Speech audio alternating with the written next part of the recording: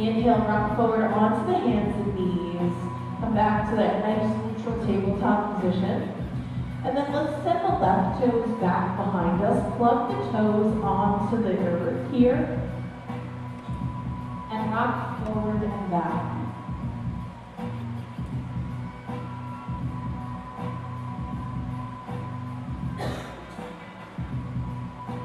So my low belly is engaged here. This is almost like a plank with my right knee down. Your gaze is staying at the top line of your mat, rocking forward and back here up the toe. And then as you exhale, find stillness, pressing that left heel back behind you in space.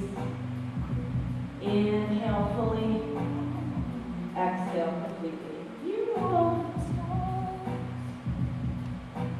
Inhale, rock forward so the shoulders come right back over the wrists. Spin that left foot parallel to the back edge of your mat. Lift that left arm up towards the sky.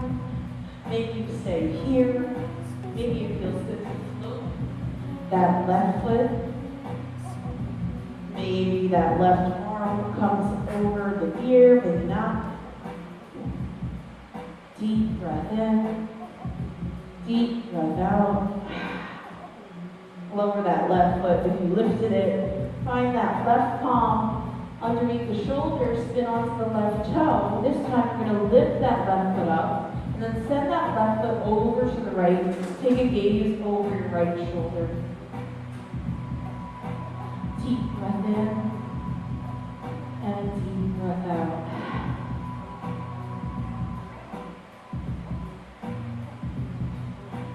Inhale, head back through center. Lift that left foot up. Lift that right arm up. Grounded through that left palm. Exhale, elbow to knee. Inhale out. Exhale, tap. Inhale. Exhale. Last one. And then as you exhale, lower that right palm, the left knee. Your choice. You can find a child's pose here. You can find a down dog here.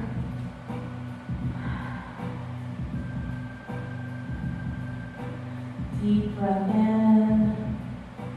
Deep breath out.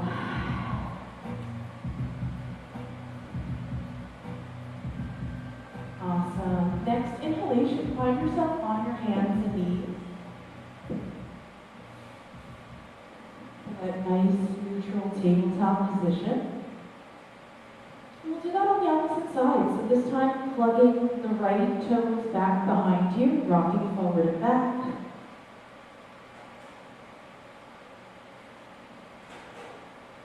Rocking forward and back.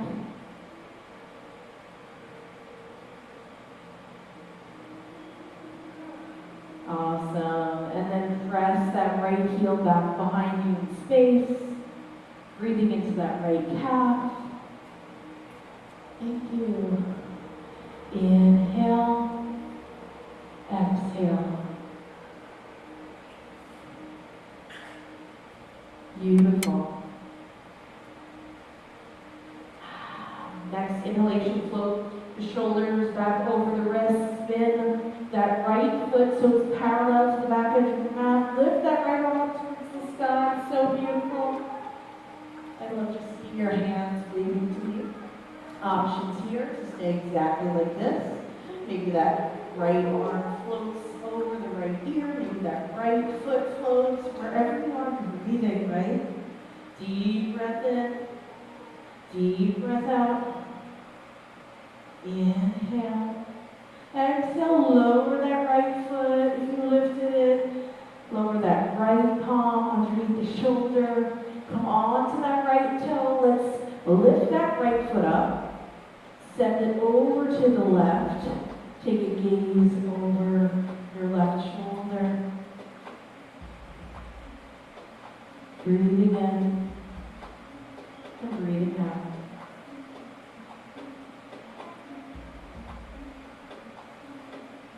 Inhale here. Exhale. Beautiful. Inhale, head head back through center. Lift that right foot up. And here's your chance for your ab workout of the day, maybe. Extend that left arm out in front of you. And then exhale, tap, knee to elbow. Inhale, lift. Exhale, tap. Inhale, lift. Exhale, tap. Last one. Inhale, extend, and then lower that left palm. The right knee, child's pose, or down dog.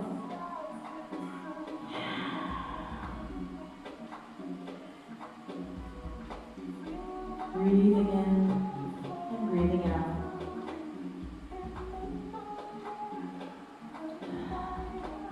If you're in that down dog, find yourself on your hands and knees. If you're in that child's pose, lift up onto your hands and knees. And then we'll all send that left foot up in between our hands. Keep that right knee nice and grounded.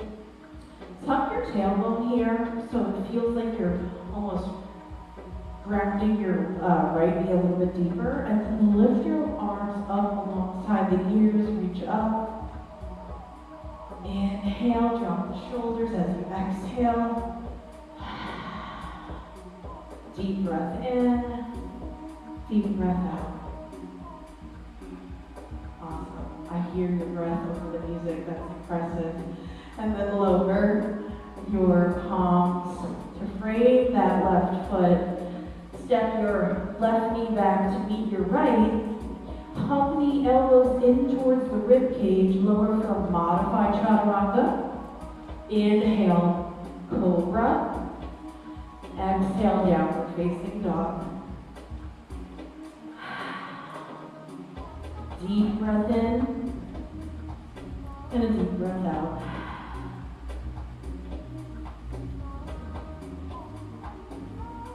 Awesome. Lower your knees onto the earth. We'll send that right foot up in between our hands. Awesome. Tuck that tailbone here so it feels like you're grounding that left knee a little bit more. And then as you inhale, lift the arms up towards the sky. Exhale, drop the shoulders. Inhale, exhale.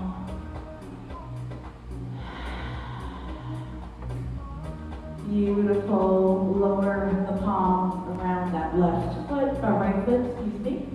And then bring that right knee to meet your left. Hug the elbows in, hover, modified chaturanga. Inhale, cobra. Exhale, down dog or child's pose, or maybe both.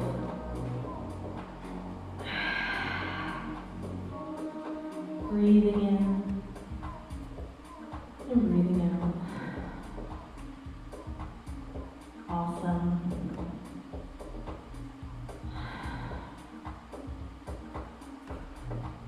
We're all in either a down dog or a child's pose. So go ahead and find yourself in that down dog if you're not already. And then take a gaze up at your hands and slowly just walk towards the top of your mat. Hang over in a nice forward fold.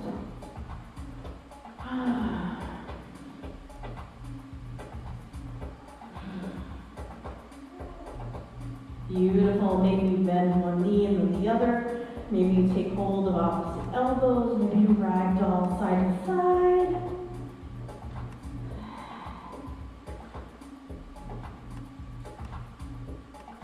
Awesome. Inhale back through center and just roll the spine all the way up. Awesome. Hi, good to see everybody. Fantastic. Inhale, reach the arms up alongside the ears.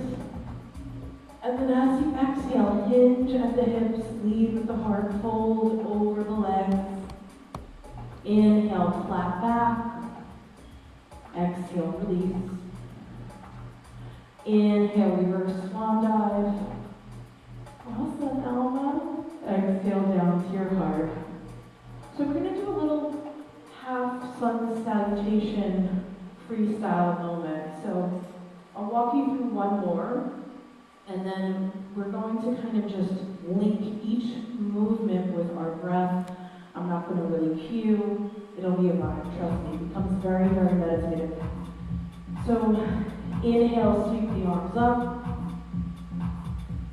Exhale, fold it over.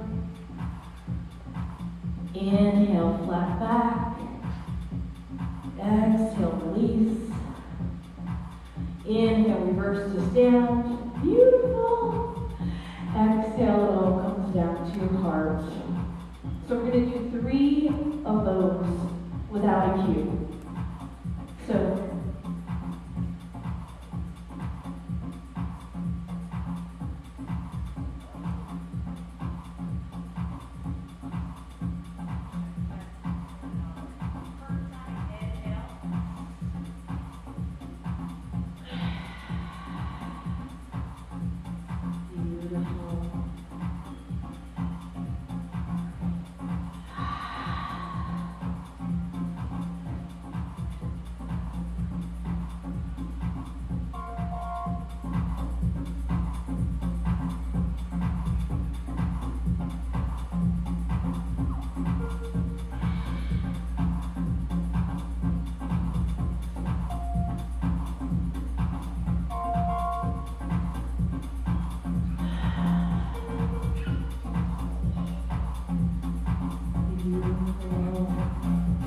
and then last one, you'll find your hands at heart center as you exhale.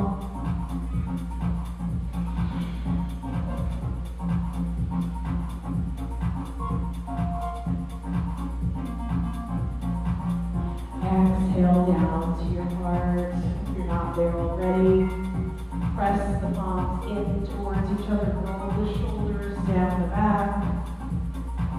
Fabulous. Open the eyes if you're not already. Let's just begin to shake our wrists out.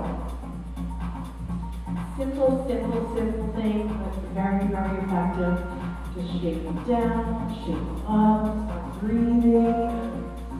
As you inhale up, exhale down. Really shake your wrists here. And then allow it to move up the arm. Almost like you were whipping your arms back behind you, yeah. So we're creating 2 empty coat sleeves or 2 wet pieces of spaghetti with our arms. And then soften, beautiful. Take a slight bend in your knee here, and then use momentum, not force. Keeping those arms like 2 empty coat sleeves to give you a nice little massage through the belly, through your low back. Yeah. Inhaling, exhaling. Maybe add your foot in. Yeah. Sometimes it's nice to do that. Sometimes it's really nice to stay grounded and bend through your knees and just move the upper torso. Deep breath in, deep breath out. And then move the arms up towards the rib cage, the shoulders.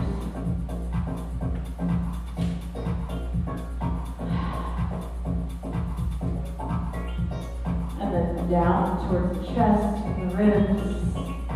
Awesome. Low back. Kidneys, all those wonderful organs that do so much for you. And then come back through center here. Roll the shoulders up, back, and down. Inhale, sweep the arms up. Exhale, fold it over. Beautiful. So find a nice forward fold here. Step that left foot back, followed by the right for a downward facing dog. Inhale here, and exhale. Maybe it feels good to walk your dog here, bending one knee and the other. Maybe that doesn't feel supportive for you, that's okay too.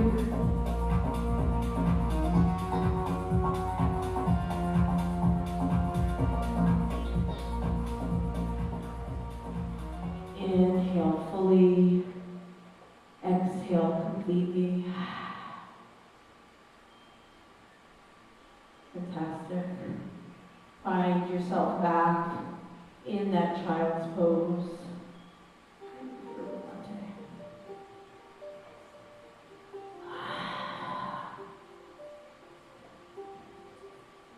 Awesome. Inhale, rock forward onto the hands and knees. Let's spin the shins around in front of us so we find ourselves on our seat. And then lower the feet onto the earth. Keep the knees bent here. Find the palms behind you and rock side to side. Deep breath in. Deep breath out.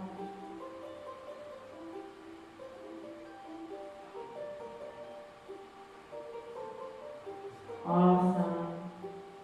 And then come back through center with the knees. Let's extend the palms out in front of us like we're holding something. Roll the shoulders back and down. Feel the sit bones nice and rooted here. The low belly engages as you begin to lower, using the strength of your core here.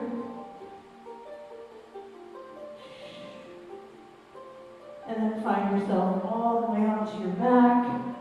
Let's hug our knees in towards each other. And see if you can allow the shoulders to remain soft here. So the shoulders are falling away from the ears. Your upper back is rooted, your mid back is rooted, and your low back is rooted. Maybe a couple moments of stillness and center is what you need. Maybe it feels good to rock side to side.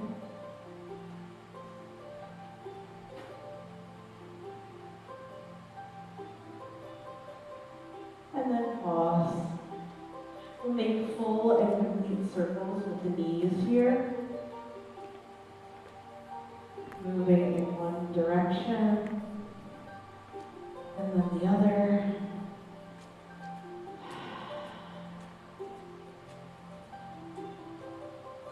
Beautiful. So the knees come away from each other, and then towards the body, and then away from the body. So like two separate circles, exactly. And then reverse directions again. And then we'll find the soles of our feet onto the earth. Find your arms in a T shape and rock side to side with the knees. Getting into the low back, the hips, the pelvis, parts of the glute. Deep breath in and a deep breath out.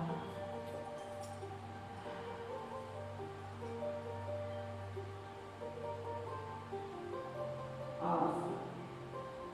As the knees drop over to the left, maybe you allow them to stay there. Your gaze can go over that right shoulder.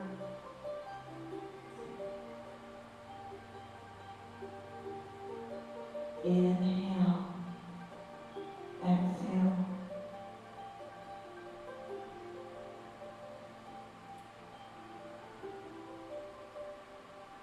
Inhale, head back through center, knees back through center, and the knees drop over to the right, gaze can go to the left.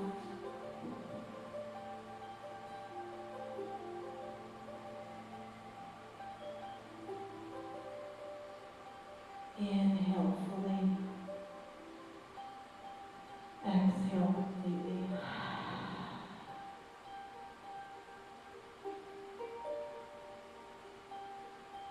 Awesome. Inhale, head back through center, knees back through center. Now let's flex the feet up towards the sky. Just reverse the blood flow in our legs. Maybe point and flex the feet. Roll around the ankles. In one direction and then the other. Can you come back to that slowed down rhythm of the breath?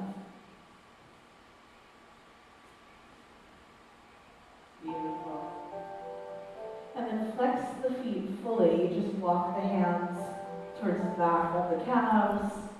Hug the legs a little closer towards the body. Keeping the feet nice and flexed. Deep breath in and a deep breath out.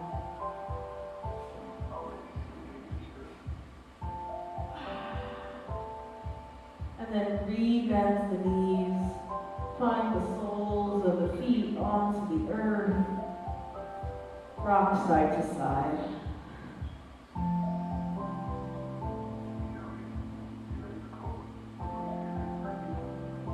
And then come back through center.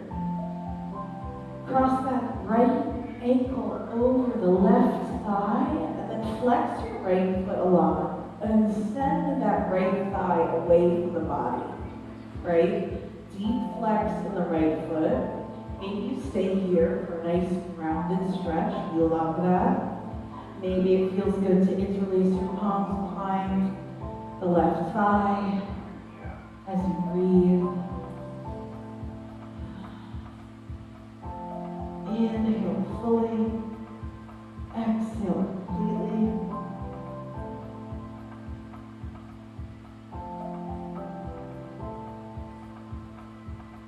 And then lower that left leg onto the earth. Keep this cross in your legs as you rock side to side.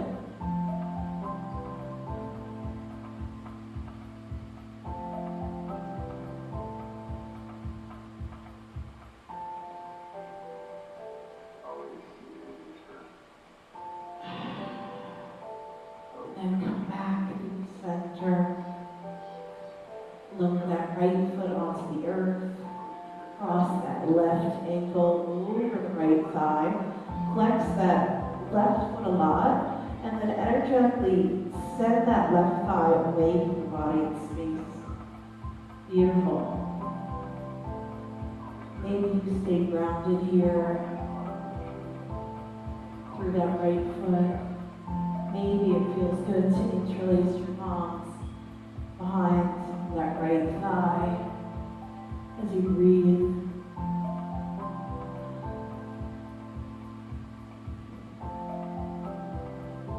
Inhale, exhale.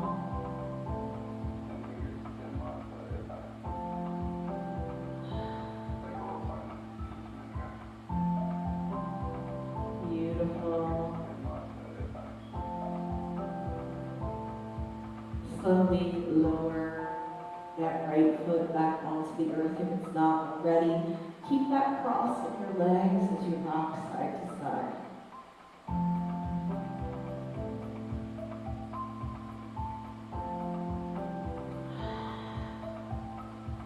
And then come back through center.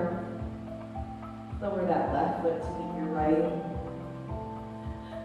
We should all have blocks nearby, so go ahead and grab your first block. And we're going to keep the soles of our feet onto the earth, the knees nice and bent.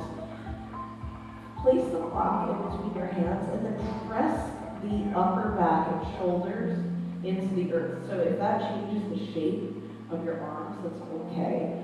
So keep that upper back and shoulder area grounded. And the next inhalation, we're going to reach the arms up alongside the ears. Allow that block to just hover an inch or two off the earth. Beautiful. And then come back for that block in front of the heart. We'll do that a few times.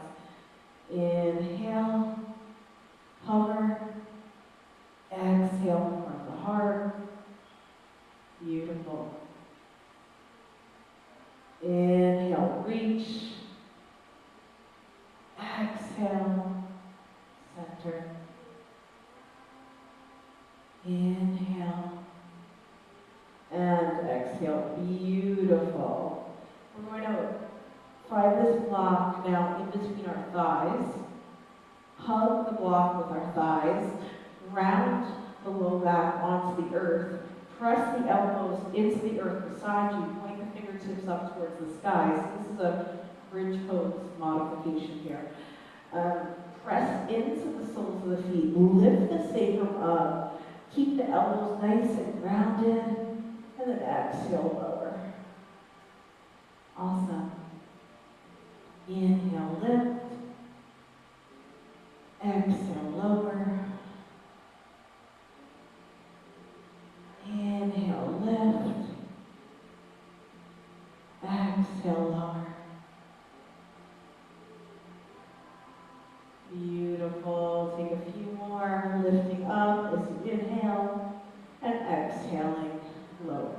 Beautiful. Awesome. Last one. Inhale, lift. And exhale, lower.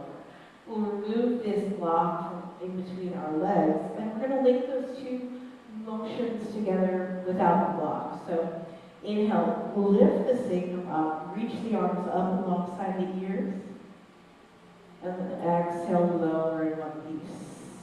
Beautiful. Inhale, lift. Exhale, lower. Inhale, lift. Exhale, lower. Beautiful. Last one. Exhale, please. Awesome. Heel toe the feet about mat width distance. Drop the knees in towards each other. Tie the palms onto the low belly. And breathe.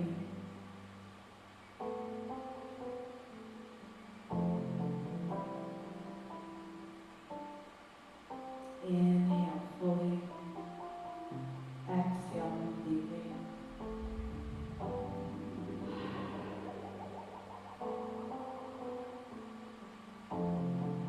Fabulous. Okay, so let's begin to just heel toe the soles of the feet towards each other. And then allow the knees to open up here for Supta Baddha Konasana. Now, you might feel fantastic right here, and this is where you stay. It might feel nice to place a block underneath your head, maybe not. Maybe it feels good to place your two blocks underneath your knees or thighs.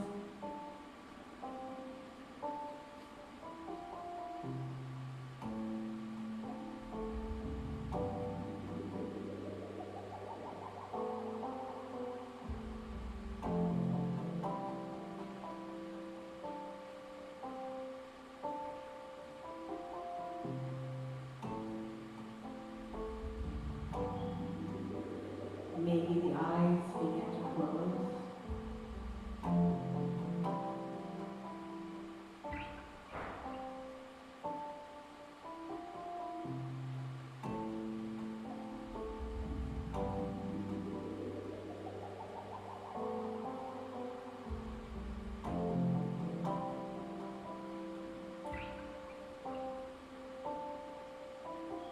Come back to that slow rhythm of your breath, not rushing to get to the inhalation from your exhalation.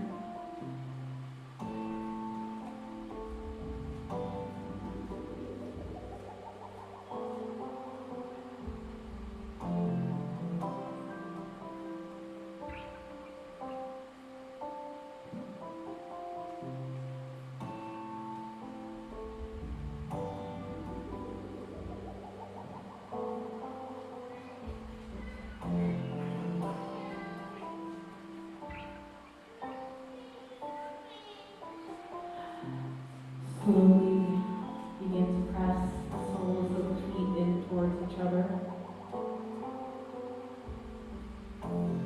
Bring the knees back through center.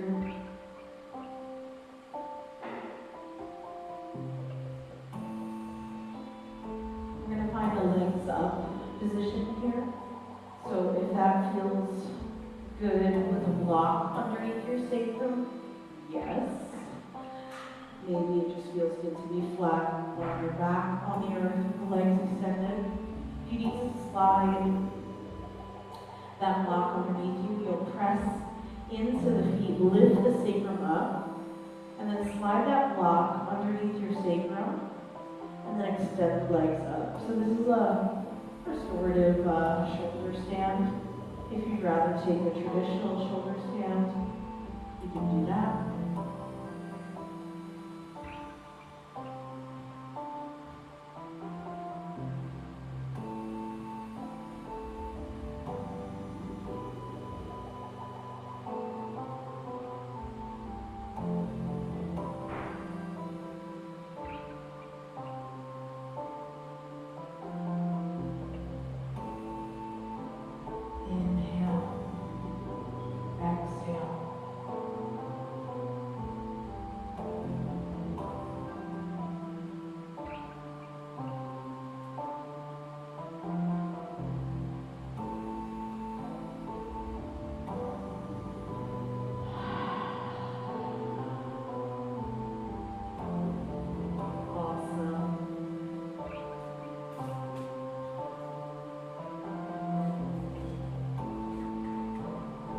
You can stay here for as long as you'd like. If it feels good for you to bend the knees, find the soles of the feet onto the earth, and then lift the sacrum up. And then remove the block, and then lower, upper back, mid back, and low back all the way onto the earth. You can do that.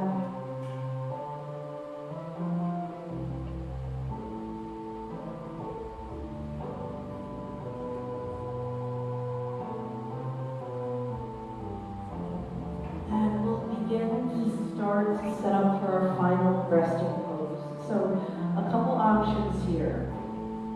Maybe it feels good to take that Supta Baddha Konasana, that reclined butterfly pose with some blocks underneath you.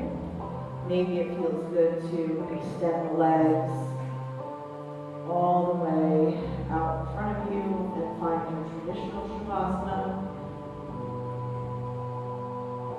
Just find a position that feels good for you, that you can just let everything settle into the earth.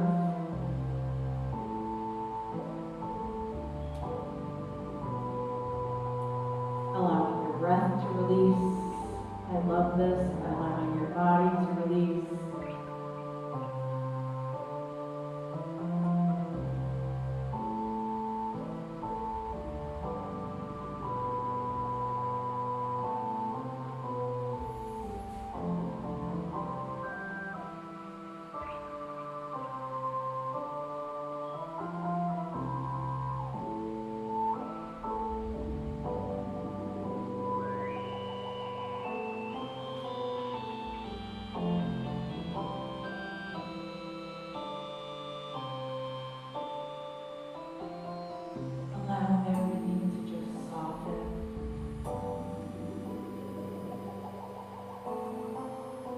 Nothing left to do, nowhere to go except to be right here.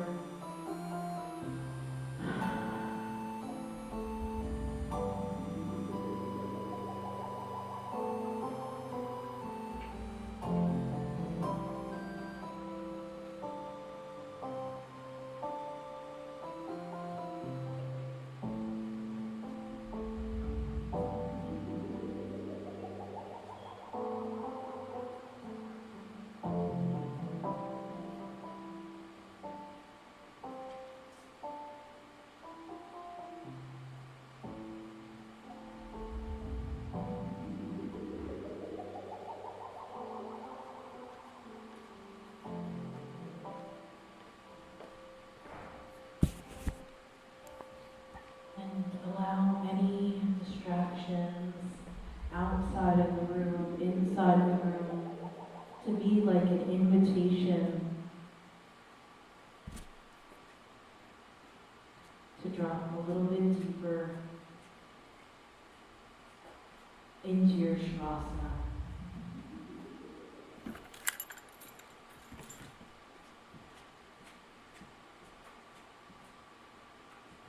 everything to settle in and soften.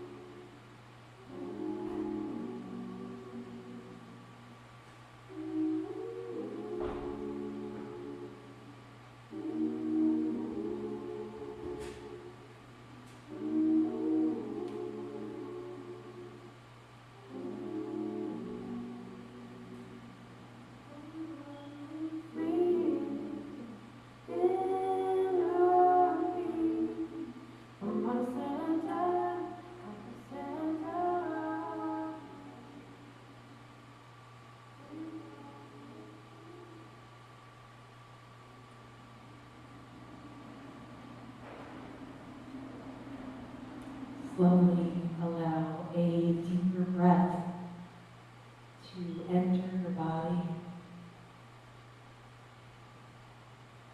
and let it go.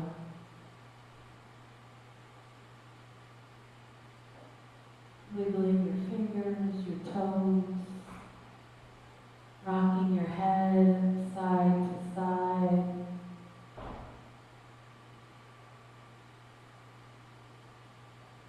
Just slowly waking up the body while preserving the stillness we just created.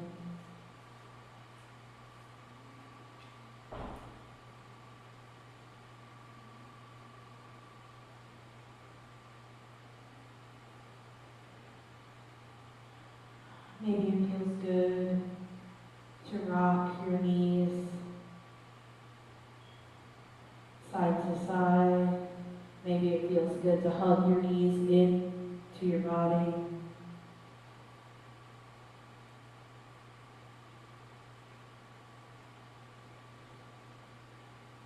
Maybe it feels good to inhale through the nose. Exhale out of the mouth.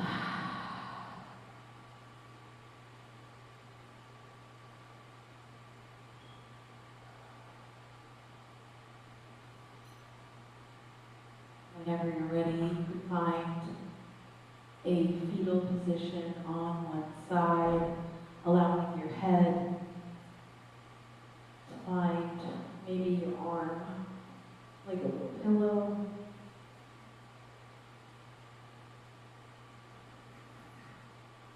And then allowing your head to come up last, roll all the way up to that nice easy seat.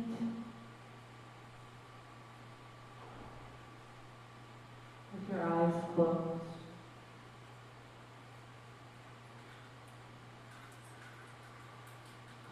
You can bow your head slightly just to seal in your practice.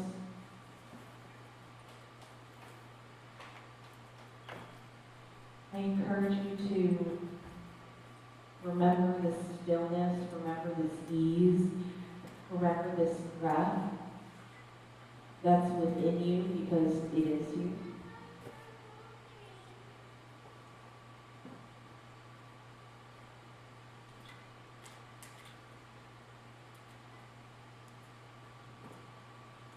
If we know anything about a path at all, if we know there might be a way to live in this world with an open heart, it's only because of the wise ones that have walked the path before us. Out of their love, out of their kindness, they've left some footprints for us to follow. So in the same way that they wish for us, we wish that all beings everywhere are happy, healthy, have enough to eat, and can live with ease at heart. I thank you so very much for allowing me to guide you. Wherever you are, in all that you are, I honor you. Namaste.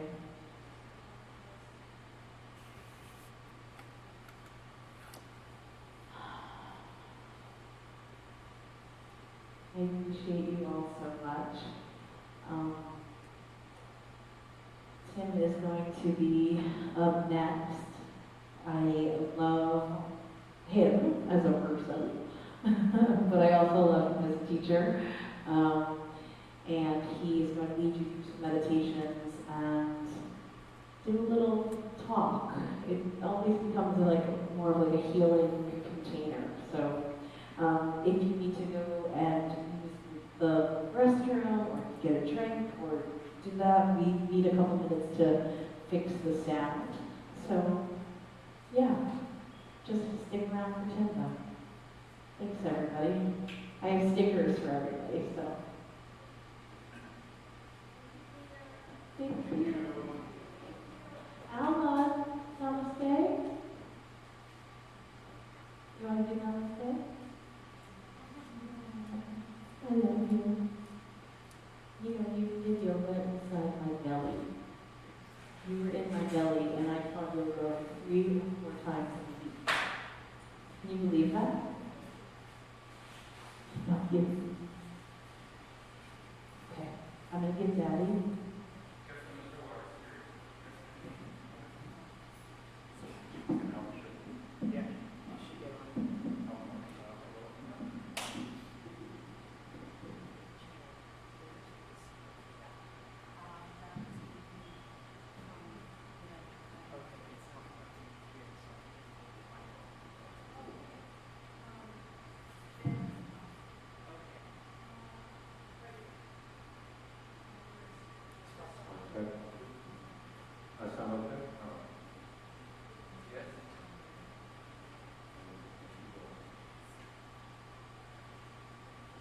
So take a minute to switch the audio. And I am not going to force you all to meditate further while we're listening. My path is much kinder than that. We actually prefer an approach of quality over quantity. And what that means is that we're only going to meditate for a few minutes at a time. And during the time, I'm just going to ask that you bring all of yourself to those few moments. And then you can relax. And maybe we'll talk about it, maybe we'll share. We'll see what happens. There's always something that happens.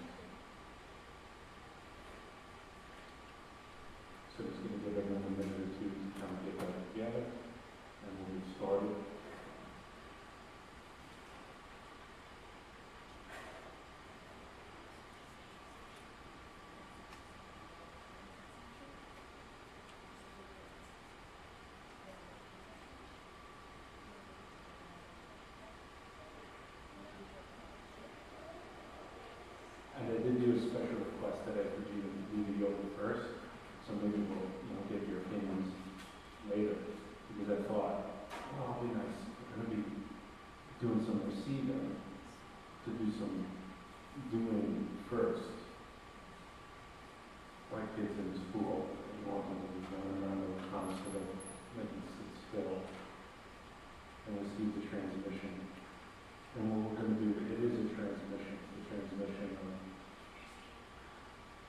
15 years of work that I've done pretty much day in and day out. This is all I do, and it's all that I want to do. Because I just completely fell in love with it, and what it is. It's a particular kind of healing modality. And when I say healing, I mean consciousness itself. So the container that we're going to work with today, it includes all the therapy you've done, everything that you know, all the books you've read, all the life experience you have. It includes everything. The work that we're going to do today is a container that holds all other work and all other life experience, because it works with your consciousness itself. To put that simply, we talk about, I should say, therapy. We're probably going to talk about the content and context of the work. In this work, we're going to include that, but we're going to specifically focus on the lens through which you are perceiving the content and context of the work. In other words, your relationship to what is. And it's that extra added dimension that, to me, brings us to the basement floor of reality. It brings us to the deepest part of ourselves, and it creates a gravity through which we can receive our true heart's desire and what we've always really wanted. And as somebody who's walked this path for 15 years, I'm often surprised by receiving what I've always wanted without knowing what it was beforehand. And it gives me pause when I think I know what I want, and I'm looking so hard to go after.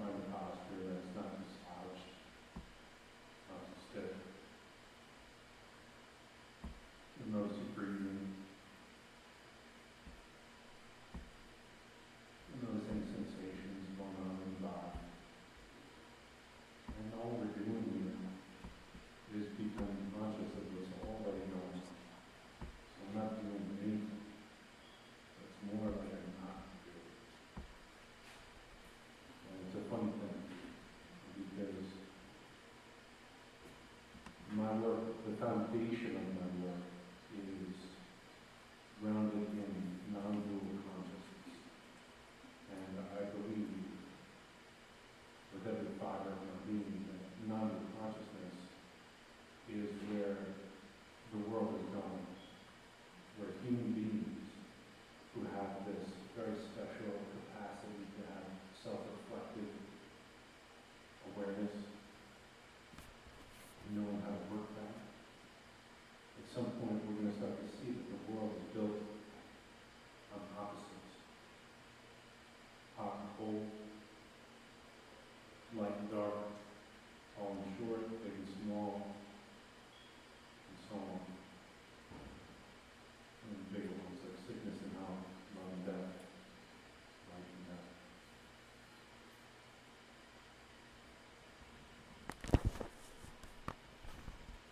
We'll talk about that a little bit later.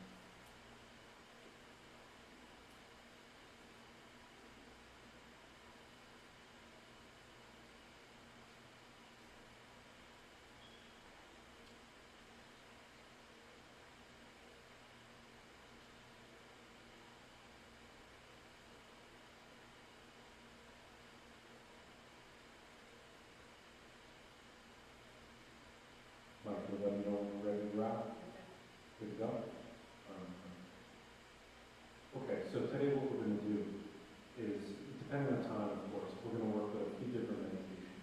And what these meditations do is they bring us to the interface between, they bring us to the interface between how the human being is built, like literally how the human is designed and how we interface with the world, and also how the world is built. And so for the last 15 years, what I've done is I've worked day in and day out with scientists and mystics, both, to understand what is going on and what life is all about. That's what my deepest calling is about. I want to understand why we're here, what our purpose is, and so on. And what I found is that non-dual consciousness itself truly does answer everything. And what I mean by that is it doesn't answer our small problems, because we're always going to have problems. But what it does is it brings us to that lens that I was talking about earlier, the lens through which we perceive and relate to our lives, and the lens that tells us whether or not something actually is a problem or not. And we're going to go through a few exercises today, and maybe we'll talk about them, and I'll give a few teachings that sort of unpacks the consciousness in them. But they're only a few minutes long, 3, 4, 5 minutes. And again, I ask quality over quantity. So just show up with all that you have, and we'll do it, and then we'll see what happens. And I like to use farming metaphors. I was never a farmer, but for some reason I did it. And what we're doing here is we're tilling the fields in our beings, in our body, to receive a larger model of consciousness that is always knocking on the door. There's always this larger awareness of reality, this other realization of ourselves that is ready to come in when we're ready. And I have a healing practice. I've had a healing practice for 10 years now. I've probably done over 10,000 healings, which consists of bringing a very particular diagnostic process, which works with the consciousness that we're going to work with today. And, what I found is that, on the most fundamental level as human beings, we all share the same stuff. We get into the same problems, we get into the same troubles, and it all has to do with how we are relating to our life. And if we could just know how every aspect of our lives, no matter how beautiful and how horrifying and terrible, everything has intelligence in it. And if we can work with it and look at it, this demon or this angel right in the eye, whatever it is that's appearing in our lives, we're going to figure it out. And some people ask me what I do for a living, and I say, I do healing and awakening work. And they ask me, okay, what is healing and awakening? And I say, well, healing is being able to tolerate what is now appearing in my life as it is. Simply being able to tolerate it. And we'll unpack that a little bit later on today as well. But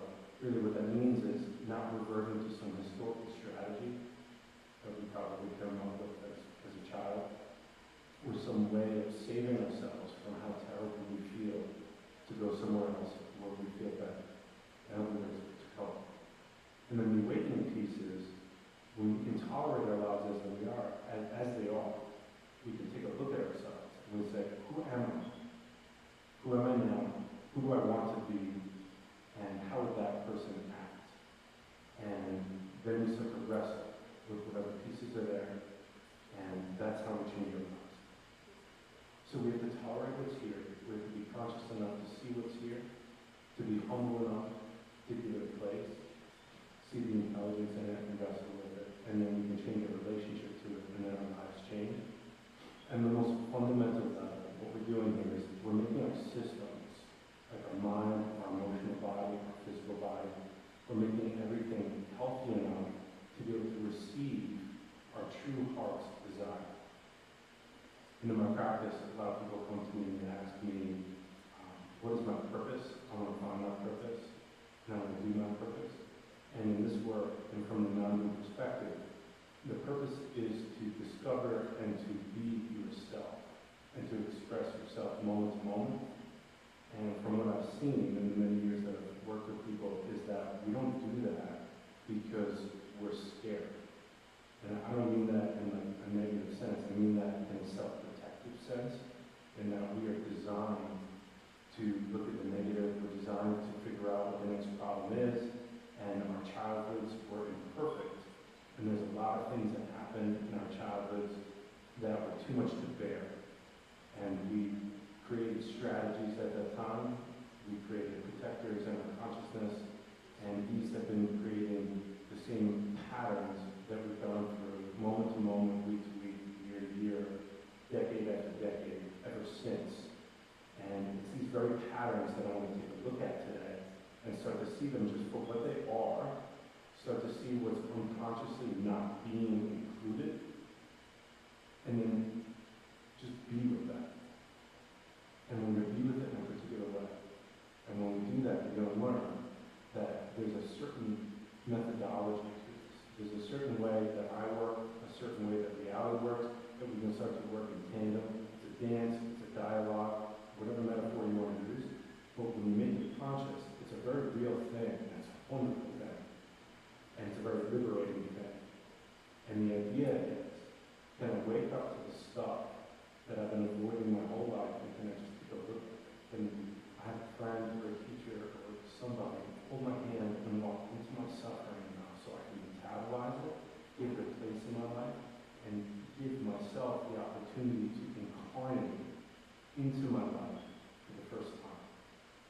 And when that happens, it's the most beautiful thing in the world.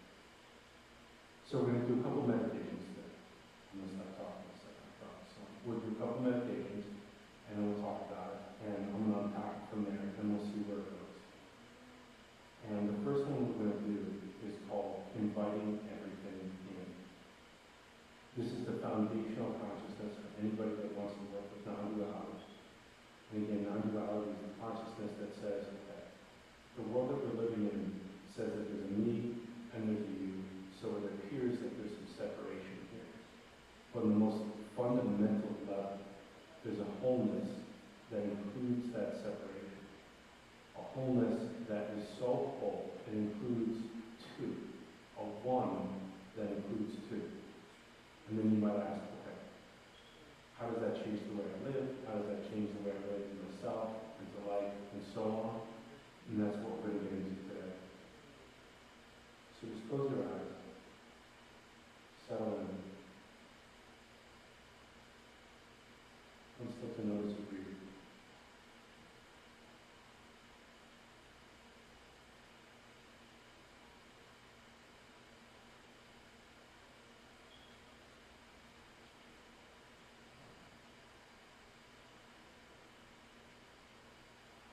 And your intention in this meditation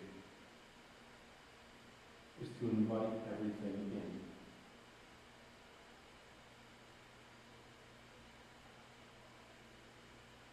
So you might notice some sounds in the room.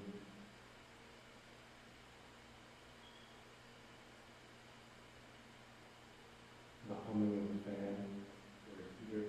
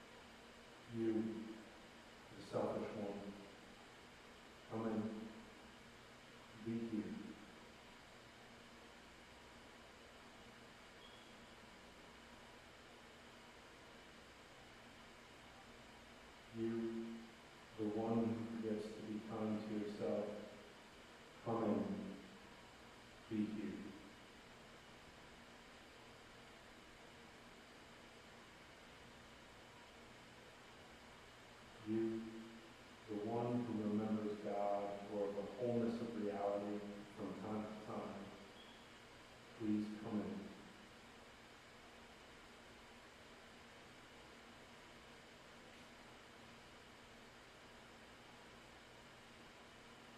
You, the one who loves life, to be here, come in.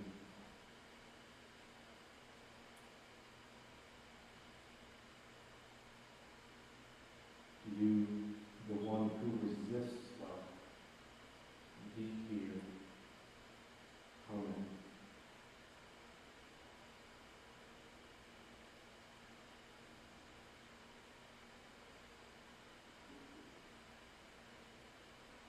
You, the one who is standing guard, come here now, be here.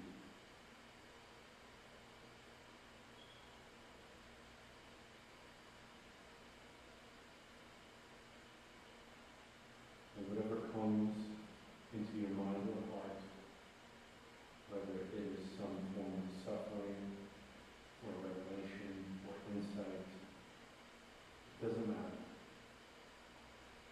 Just invite it in and hold it deeply.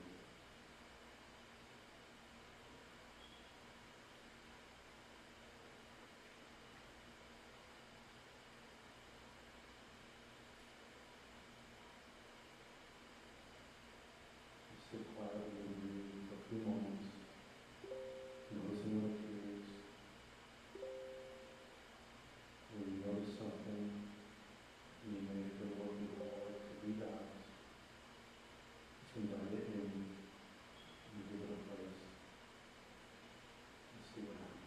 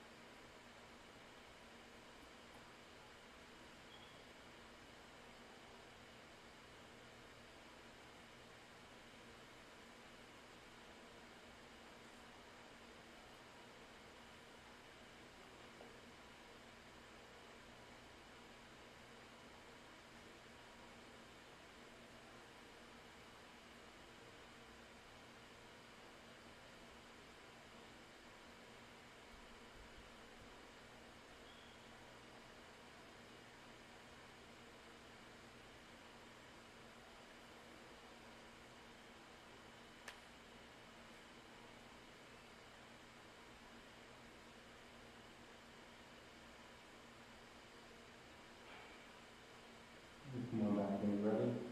Just bring your consciousness back to this place. I think there's skin, but I'd love to get a sense of, when I walk away. Does anybody feel courageous enough to get a sense of what that was like for them? Just say anything.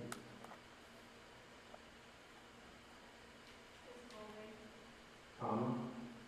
Yeah? I don't really know what the directions were, just closing my eyes, listening to my thoughts. Mm-hmm.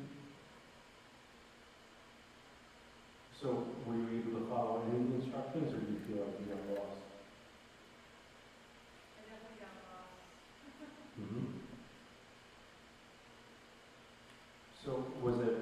being seated and restful that you think had the impact, or were you able to follow along in terms of maybe inviting different parts of yourself in and different parts of the room in, and that had an effect? Just give me a sense of that. Yeah, I think I became more open, where I did, Open-hearted is a good way to describe it. Fundamentally, an exercise like this, it's the foundation for being in acceptance of all things. And when I say acceptance, I don't mean being like a doormat. And I don't mean saying that like bad things happen and you let them happen. What it means is getting out of the way of all the stuff that really does get in the way and is not necessary. So it's like when you stop fighting the fact that certain things are happening, choices open up, different possibilities, different potential, and so on. And on the deepest level of our consciousness, this is what it's all about. It's about noticing the cycles that we're in, and noticing what we've been working so hard to leave out of our life because we've judged it as a problem or invaluable or something. And when we do that, we limit what's possible. We're going to go into this in a minute or two. But this is the foundation for the consciousness of inviting everything and just saying, okay, for a moment here, I'm going to hold everything equally. And I'm going to do a practice where I say the sounds around the room, whatever's going on, regardless of what it brings up in me, and what it brings up in me, are all allowed to have a place. So if anyone knows the Rumi poem, The Guest House, is about being a good guest in life. Everybody is allowed in. Some people are allowed at the dinner table. Some people are allowed on the couch. Right? It's like, but you don't throw anything out of your heart. And it's this heart consciousness. It's only the heart that can hold non-consciousness. It's only the heart that can hold everything. And when I say that, what I mean is you give it a place and see the intelligence in it so that we have a chance to actually do something about it. Right? So doing this kind of work, even just a practice like this, inviting everything in, doing it long enough will put you in a position where you might actually start to see the world as not having any problems other than the problems that you have by the way you're relating to it. And we'll get to that in these minutes, I promise. Anybody else want to say anything?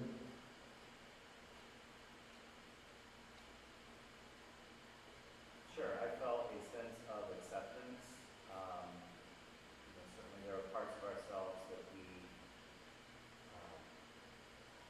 feel comfortable with, and there are parts of ourselves that we wish were different, and the opportunity to invite all those parts in without judgment, just acceptance, was a reassuring feeling. And, not unlike being in an environment where maybe you would consider something to be a distraction. But then by accepting it, it no longer is a distraction, it just simply happens to be a sensory experience within the environment. It's very well said. And that sets us up for exactly where we're going. Because when you're not in a state of acceptance, or this thing doesn't have its place, whatever it is, whatever part of reality this is, whatever part of ourselves, again, we've been working hard to keep out, when it has a place, then different options open up and different potential has a chance to unfold. Because normally what we do as human beings, as we go through our lives, we work with a very limited set of information. It's just the way it is.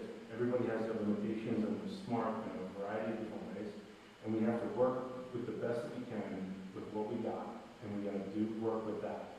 And the thing is, if we hold on to that too tightly, we limit what's possible.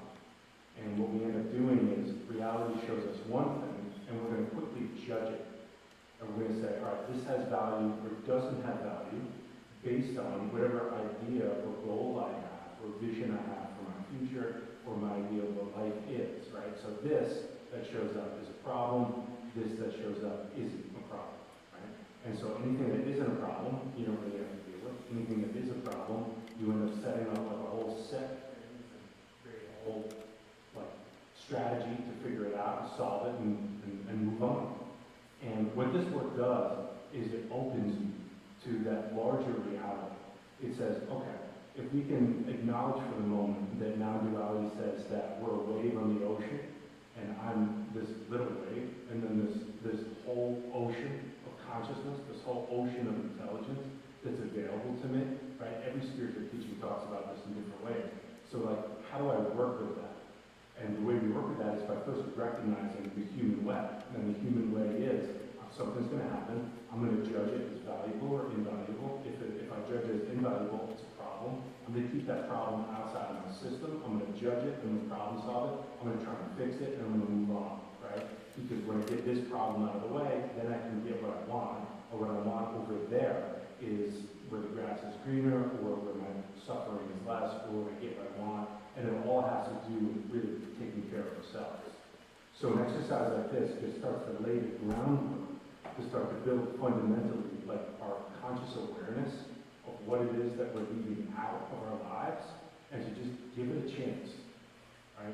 An attitude of non-dual consciousness is an attitude of love. An attitude of love is an attitude of inclusion, and an attitude of inclusion allows everything to reveal its intelligence. And so this is actually a larger teaching that really changed my life, because it's about the fact that every aspect of our reality which has intelligence in it, and everything that we do is an attempt to heal. So no matter how messed up it is, the thing that we're doing or that we have done, on some fundamental level, we're trying to save ourselves from some particular kind of suffering. And when we can know that, we can open our minds, open our hearts, and open our consciousness to what is, right? And that takes work, because there's a lot of habit and there's a lot of judgment that's been built. And again, this is the human way. Biologically, we're built to do this. We're built to look at the negative. We're built to figure out what the next thing is coming. If we were wounded in our past, we're always looking out hypervigilantly or otherwise to the next thing that may come, right? Something that's different than what we're familiar with. We're going to keep our eye on that. And all of that is okay. What I'm asking everybody to do is just open up to the possibility that with a little extra energy, we can start to invite more of reality in, give it a place, and give it a chance to live without killing it off with our own sense of judgment by saying, you know what, this doesn't work with my limited sense of reality, and this is what's going to work for me. And then going through seeing patterns over and over and over again throughout our lives and being miserable and wondering why we're not getting what we really want, right? So like, really, like, I've probably done really over 10,000 games at this point over the last 10 years that I've been doing practice and doing this spiritual work for 15 years. And what I found is that even, millionaires, people that have such an extraordinary amount of income, all of it is an attempt to save themselves. And I look at the politicians, the way the world works, the way everything that moves the world, and I can see that everybody is trying to reduce their own personal suffering. And sometimes it really bums me out to see that how we don't get how this is actually why we're doing what we're doing. And on the most fundamental level, just do practice like what we just did, inviting everything in, giving it a chance, not killing it off. You have a chance to actually see the intelligence in it and start to work with it. Does this make some sense? Yes. I want to share something too. And there's always a way. There's always that little door. As I open up to receiving it all, I got flashback to my past life in Peru, and it was struggles in that life. Then I all of a sudden saw a little door. There's a small door out of a cartoon movie. It was so bright, so I went in and everything started being fantastic. And that's when you call us back into reality. And then you use the last 5 minutes to describe it. So if I heard you right, you're saying you went through a past life and you walked through the door and what happened? There was a rush, like there's, difficulties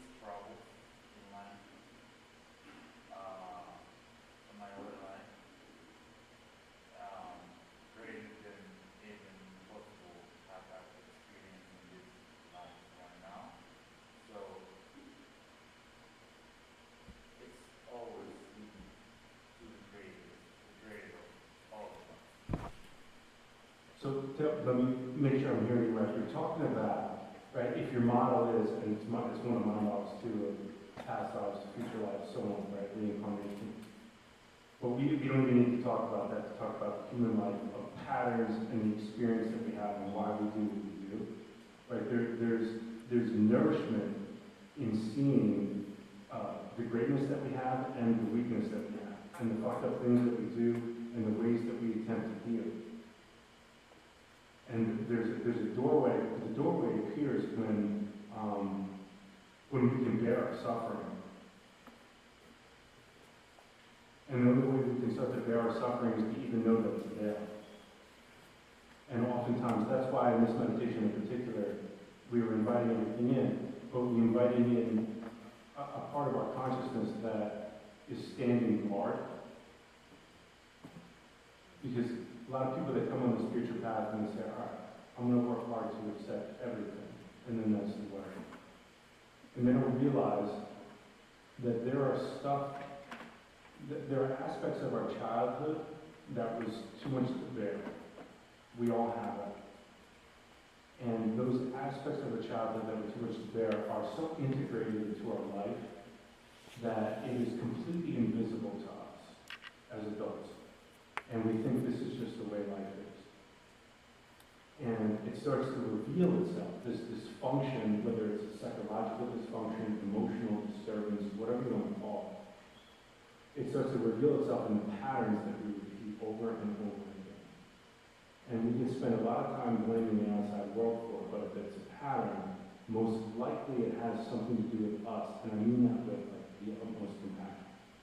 Because what it means is that you're trying your very best to save yourself from some suffering.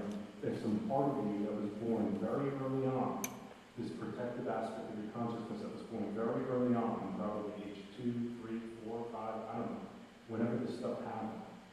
And this part of you said, okay, you can't bear this as a child, so I'm going to protect you from it, so you're never going to feel this. So in order for you to never feel this, you're going to have to be perfect. I want to make sure that you stand up straight and you fly right every day and every moment of your life forever. And then you find your way to me in the healing practice at age 30, 40, 50, 80, whatever. And you tell me that you are bored, or exhausted, or depressed, or addicted. And I know that in your childhood, some very creative and brilliant part of your consciousness was born and used to protect yourself from something that was too much to bear. And it's been working silently in the background ever since. And I know this because you don't have access to that part of yourself. And you're bored, exhausted, addicted, and so on. And the reason why we show up this way is because who we really are is not able to come along for the ride for what we do. And so in a lot of spiritual traditions, you could call this like true self and false self territory. Where like the false self is the part of ourselves that we live into in order to get what we want. Right? So maybe mom was depressed, or dad was an alcoholic, or whatever, it doesn't matter, right? But you find out that whenever you have needs, or you ask for something, that, you know, they tell you to shut up, or they, in some way, in an atmospheric way, it doesn't even need to be super direct, you know, to tell you that, you know, that's too much or something. So as a child, you can't take in the totality of the situation, you decide, okay, so I will just be invisible. And I will just go with the flow. And I'll just do whatever other people want to do. Because that's how I will get the love that I need. And so on. And so, I don't mean to bum everybody out here with this kind of talk, but it's, to be honest, it's the reality. You know, like, more and more in my sessions with people every day, I'm hearing people that really want access to their true heart's desire. They've been working so hard, and they're very successful in a lot of ways. But there's like these other pieces that just aren't working, and they're suffering, and they're bummed out. And the exercises that we're going to do today bring you right in touch with these unconscious pieces that are driving us over and over and over again. And this is like a way of slowing things down and being able to look at it and see the intelligence in what we're doing without judgment. Because again, we invite everything in, right? We invite the part of ourselves that's great and the part of ourselves that's not great. The part of ourselves that can do things, the part of ourselves that can't do things, the part of ourselves that wants to heal, the part of ourselves that doesn't want to heal, the resistance to wanting to heal, and what that's made of. Like, everything has its place. And we work so hard to like stuff and move it out of the way, that we never actually get to be nourished by like each piece as it is and know how to work with it. And so let's work with the next piece now, just to kind of get a sense of what that's like, what that's about.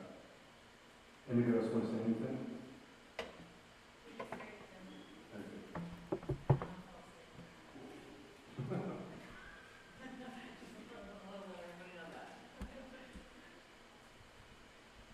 So there's so many different ways we can go with this. I wish I could see everybody, but it's okay.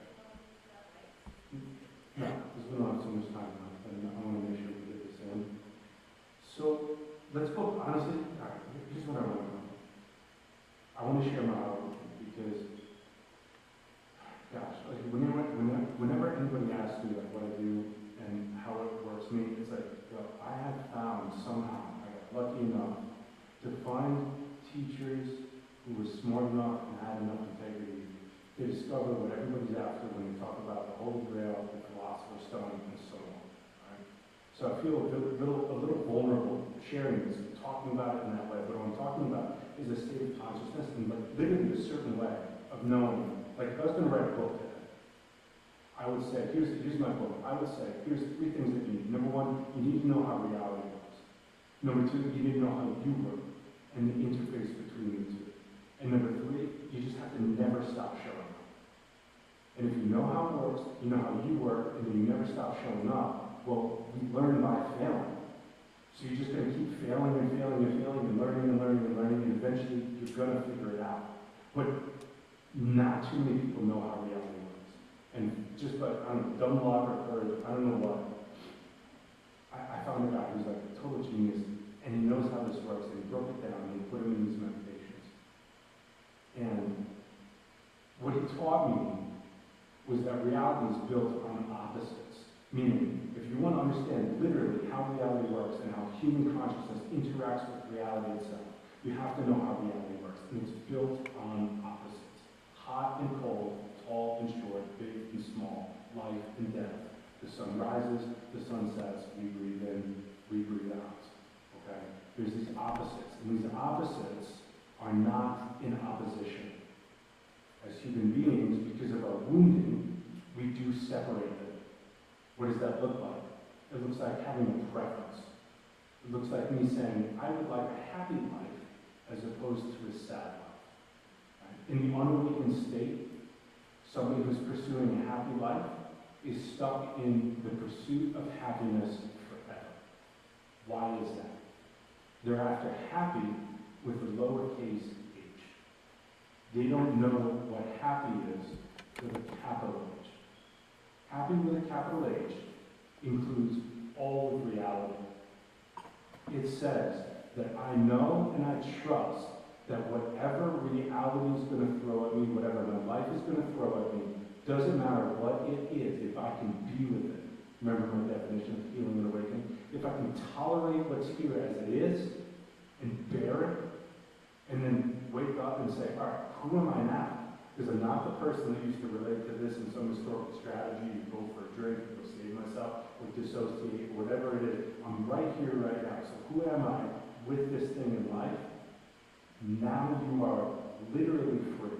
This is as free as you can possibly be. So happiness with a capital H includes happiness and sadness. It means that I might prefer happiness, but if a good friend dies or a family member dies and grief shows up, I know I have to lean into the grief because that's where the nourishment is and that's what I have to deal with.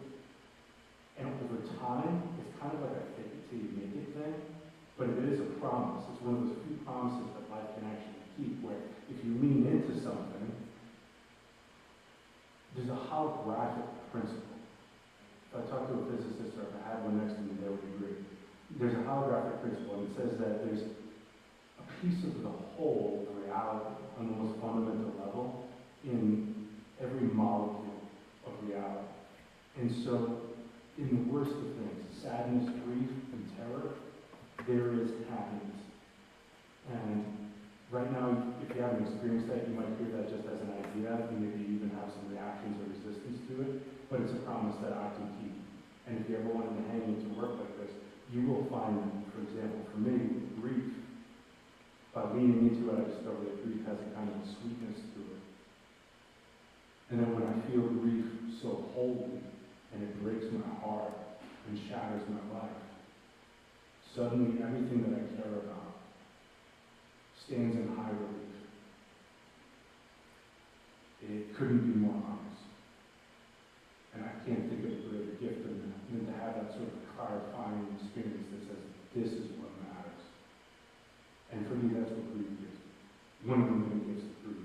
One of the many things I was waiting for in my life when I was just out there pursuing happiness. And like I said, I have a lot of millionaires, a lot of really rich people that come to me because they want to kill themselves, to be honest. They're so bummed out. And we look at their strategies and how they got where they are and so on. We see that like they set up their life for like, I was wounded as a child, I want to be happy, so I'm going to set everything up, because usually they're charismatic enough and intelligent enough and smart enough where they can develop strategies to go after happiness and like move the world in that way. But the thing is, all strategies are doomed to fail if you want to be truly happy. And this work is about getting in touch with what is and knowing that there's a happiness in every molecule of reality if you know how to work with it. And if you can develop the skills and you can hang in there and develop that muscle. And that's his first promise. So let's do another quick meditation. Just sit quietly and breathe.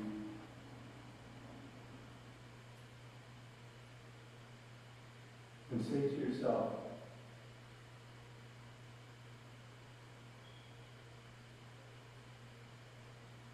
just don't say to yourself, you're supposed to say one.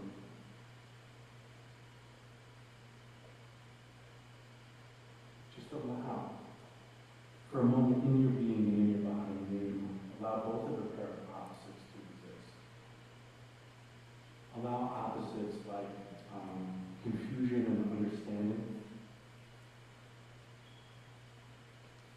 lost and found, anger and kindness, or maybe sad and happy. Just pick one of these opposites to work with. And allow them to exist completely and vividly.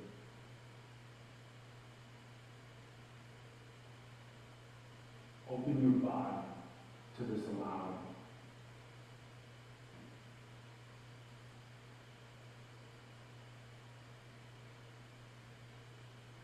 You may notice a subtle feeling of openness, of silence, of expectation without a goal.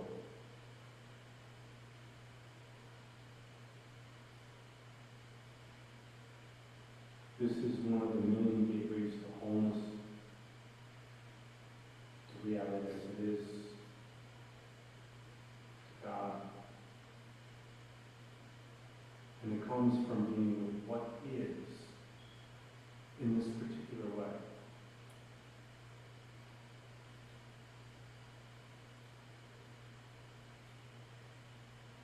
You can trust this opening.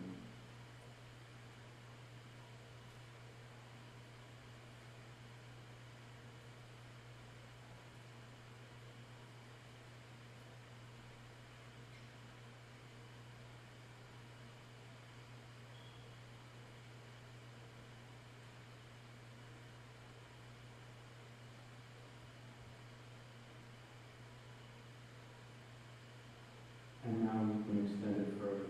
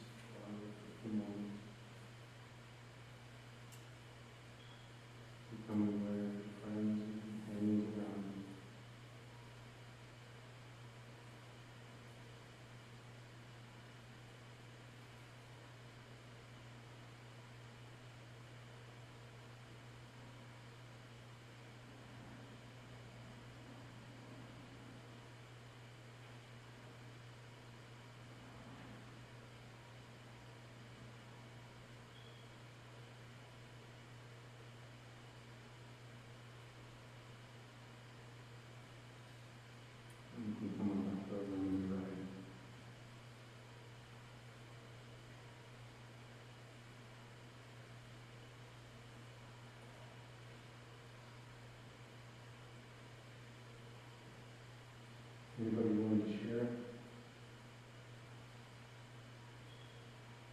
what that experience was like, or anything that came up? Even the resistance is so valuable.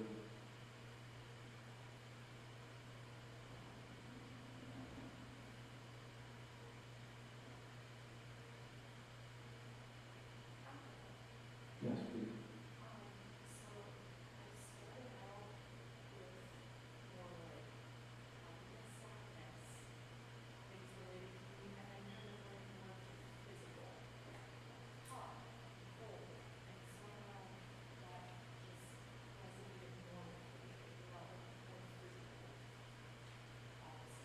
Mm-hmm.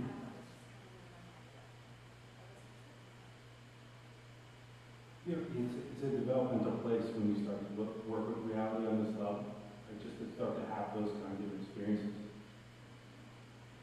Because again, we have our preferences at first, so you're going to choose what feels like the path of least resistance usually, most of them.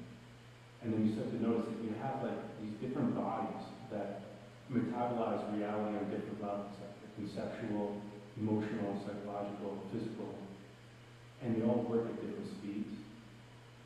And depending on where you're at, what you've experienced, what you're interested in, how you've made, you're going to notice different things. Right? So even just that experience right there tells me that you paid attention when you showed up to the meditation and something happened. Right? The beautiful thing about that is it's physical. And ultimately, all ultimate incarnation into this world, like to bring ourselves, like the totality of our being, who we are, into this life, it comes into the body. It's like the body, it's the abode of God, it's the abode of God. Like this is the ultimate to bring it all into the system. So the fact that you recognize something about the fundamental aspect of reality built on opposites in the body tells me, pay attention, you know, after you leave here today, just start to notice things. Start to see kind of how reality, you know, it's really, I really do find this so fascinating. I wish we had so much more time to talk about this, because it really is so beautiful and elegant the way reality is set up, at least the way mystical Kabbalists talk about it, which I think are just particularly insane in terms of how they specifically named and organized all of life. And the idea is that reality is always showing us one side of life, hot or cold, tall or short. But the reality is that like you can't separate these two because they're on a spectrum and they need each other. You cannot have one without the other. In Buddhism it's called codependent origination. And it's this idea that none of us exist without each other. So if we're going to talk about a river and the shore, the river and the shore need each other to exist. Like you need the river and the riverbed. And they're actually always creating each other in relationship, in this dynamic dialogue, this dynamic conversation. It's a constant evolution and a constant self-actualization of everything that exists in relationship to everything else. And as human beings, we have this fascinating, amazing capacity to see it for what it is, and then actually start to work with it, where it's not like all instinct. It's not like, I must live and not die, right? You start to realize, wait, if I lean into my grief, like I was saying earlier, an old part of myself that only avoided grief and pursued happiness and made me really unhappy, but I kept pursuing it harder and harder and harder and finding more creative ways to get happy. When I leaned into grief, I died, and I was reborn into a more whole version of myself that could like have the capacity to bear more reality. And then suddenly I was more intimate with myself, with others, and so on. It's like, wow, what did I spend all that time avoiding this? Well, I didn't know any other way. So this work, what it says is, okay, reality is built on opposites, and functionally, instinctually, biologically, we are going to choose one or the other based on our preferences, right? So maybe you grew up in a very chaotic household. Maybe things were insane all the time, and you just learned how to be confused and whatever, right? Some people like to live in a state of confusion. That's their preference. And then there's other people that are always being in control. Clarity, get this done, then the next thing, then the next thing, whatever. And these are two sides of literally the same thing, which is your childhood wounding. And we just have a preference for confusion, because that's what I'm familiar with, or clarity, because that's what I'm familiar with, and that's where my skills are. But what I'm saying is, the more clarity that you have, the more problems you have down the road, because something is being left out. The more confusion you can bear, the more clarity on the other side when it finally shows up in a natural way. And this work is about being in relationship with the flow of life in a way where, like, you can actually just see, just to start to say, all right, I prefer hot, but cold keeps showing up, and I got a sense that maybe I got to lean into the cold, because maybe there's something there for me, right? So I'm not going to just run away from it, I'm not going to be terrified of it, I'm not going to set up my whole life to avoid cold. And let me tell you, if you've never done this work, you have set up your whole life to avoid one side of life, I promise you. And when you actually sink into it, the gravity of what you really want is profound. It starts to pour into your being. It is insane and it is true. And the mystics, God, I wish we had time for it. They have like maps. Here's the map. Like, here's the map. You walk the territory, but here's the map. So what's the map? It says that everything is built upon opposites. We choose one side over the other.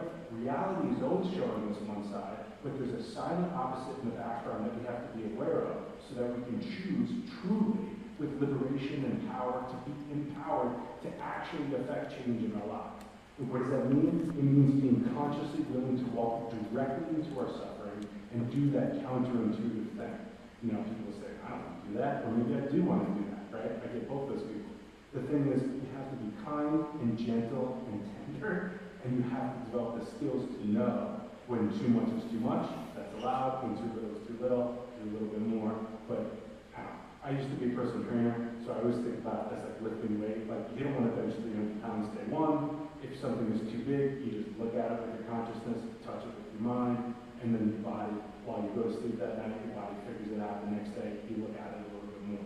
Piece by piece, you put your life back together. And, you know, really, this is a way of never excluding anything, seeing the intelligence in all the world, seeing every act, no matter how fucked up it is in the world, truly is an attempt to heal. When that happens, you may not have an open-hearted, warm feeling of love towards all things. That comes in time. But it's an open-hearted attitude of inclusion that says, you know what, I'm not going to judge this so fast. I'm going to give whatever this is a chance. And by giving it a chance, you can see that there's money, there's mana, there's honey, there's life in that rock, and there's nourishment in that rock that you've been avoiding your whole life, and then something else can finally start to happen. The patterns that we repeat over and over and over again, they reveal something unconscious that's being worked really hard to leave out. It's that inviting everything in, standing guard meditation. We're using all of our creative energy and all of our hypervigilance to leave this piece out because we don't know how to deal with it, and I don't want to know how to deal with it, and it might even be so invisible, I don't even realize I'm doing that. But when you do, you give it a place, you love it with an attitude, you don't have to love it with warm feelings, you give it a place, and you work it. And when you do, different options, different potential opens up. And this, I promise you, is how you change your life, and that's how you change your life.